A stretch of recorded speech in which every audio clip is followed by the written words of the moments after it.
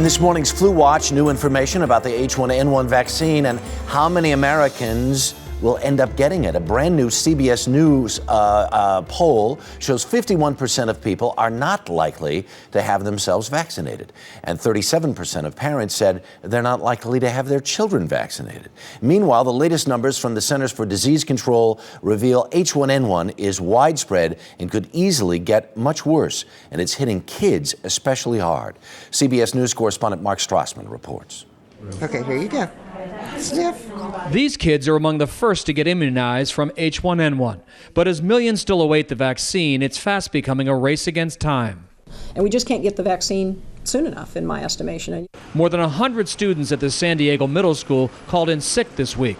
Several have tested positive for H1N1.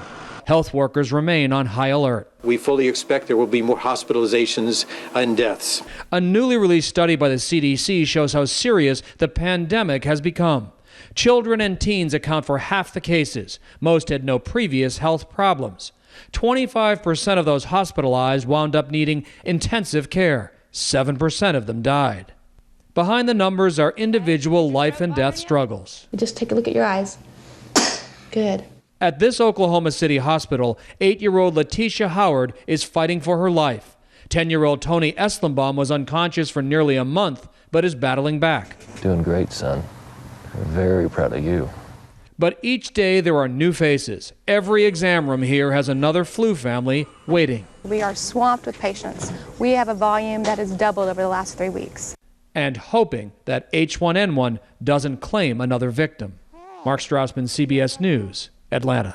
All right, we want to bring in our medical correspondent, Dr. Jennifer Ashton. Good morning. Good morning, Harry. What gets lost in all of this as we talk about H1N1, H1N1, H1N1 is the number of fatalities in a normal flu season. Right. Let's talk about those numbers because they're pretty profound. Absolutely. So for seasonal flu, with the season normally lasts 6 months, we see about 36,000 deaths per year. Right. That comes out to about 200 people a day. Right. For H1N1, since this virus made its appearance, we've lost about 4 people a day. Now, people will say, well, that's so mild. If you're one of those 4 people, that's 4 people too many. It's really, really significant. And who it seems to be affecting is so much different than normal. Absolutely. Now, that's another set of numbers. For seasonal flu, about 90% of the deaths occur in people over the age of 65. Right. For H1N1, 80% of the deaths are under the age of 65. Again, a lot of them in a young adolescent or a younger age group, and that is another big difference. So this is really about who is most at risk. And what are we learning as this unfolds about